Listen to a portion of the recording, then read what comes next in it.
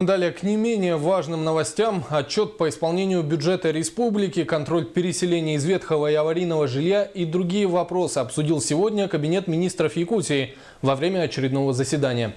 На повестке дня было около 30 вопросов, и самые значимые из них в материале Афанасия Николаева. Первым номером в повестке дня стояло утверждение отчета о бюджете 2014 года.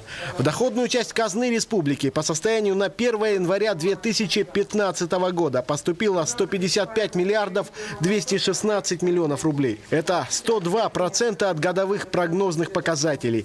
По сравнению с доходами 2013 года они выросли на 12,5%. Но расходы тоже вышли в рост. Дефицит бюджета составил более 3 миллиардов рублей. Кассовое исполнение расходов государственного бюджета за 2014 год составило 158 миллиардов 853 миллиона рублей или 95,4% от уточненной сводной бюджетной росписи. По сравнению с 2013 годом расходы бюджета увеличились на 6,7% или на 9 миллиардов 993 миллиона.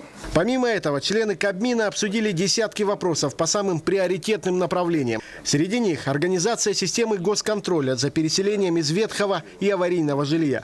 В нее войдут Минстрой Якутии, общественные советы и администрации муниципалитетов. После принятия данной программы они смогут вести постоянный контроль за застройщиками. Контрольные функции полномочия – это своевременный ход событий, ход строительства или реализация программы в части переселения граждан. То есть программа предусмотрена процедура переселения граждан или вторичное использование жилого фонда, приобретение жилого фонда на вторичном рынке или строительство нового жилья.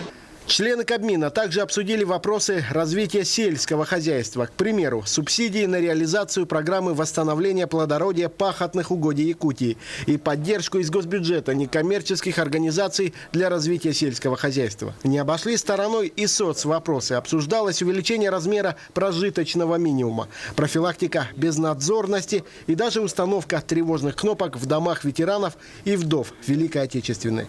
Афанасий Николаев, Александра Хлопкова и Иван Семенов. НВК «Саха», Якутск.